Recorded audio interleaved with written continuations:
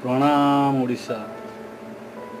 मु विश्वनाथ दास आपण मानक आज आपणकर भावावेग एवं आपणक मतानुमत होउछि बा ईमेल रे आपण जणैछन्ति जे किछि व्यक्ति विषय रे लिखंतु। हाँ बंधु, आज मुझे अपलोडटी आपण मानक भेट देवाक जाउछि।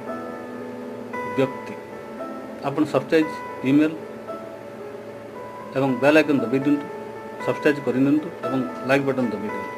आज मैं आपन को भेट देवाक जाउछि। व्यक्ति आमे सबु बेले तर्क जुक्ति को एमिति भाव में ग्रहण कर जे सबु कथारे जुक्ति और तर्क करवा जमिति निहाती अपरिहार्य हो पड़ी। तर्क बा जुक्ति पई आमे आमर प्रकृत वास्तवता को भूली जाउछे। अवश्य तर्क बा जुक्ति रहिबा आवश्यक अटे, किंतु तार सीमा अत्यधिक हो जाइछि। सेहीपरि व्यक्ति कहले केही केही एक बयसर सीमा को बा भल कार्य करी देइथिया लोक को व्यक्ति कहिथाନ୍ତି।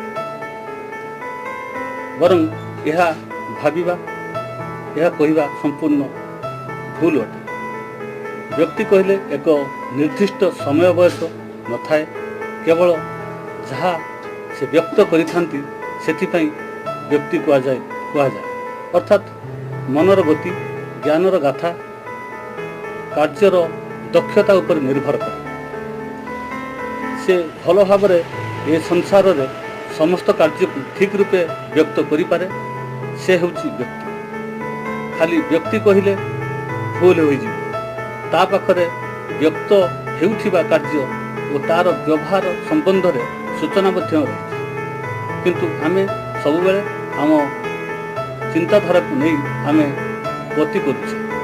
जहाँ अव्यक्त जहाँ को व्यक्त करी हुए ना सही ज्ञानर संबंध रे जे जानिछि ताकू व्यक्ति कहा एवं व्यक्तिर भाव कार्य और चालीचलन उपर निर्भर करिथाए जे से व्यक्ति उत्तम अटे कि नाही। सबुठारु सरल रे जहाँ अन्य को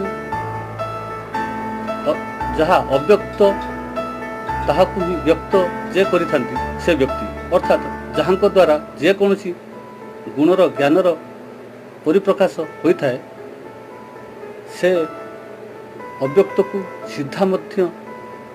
सीधा सड़क भाव में प्रकाश करती।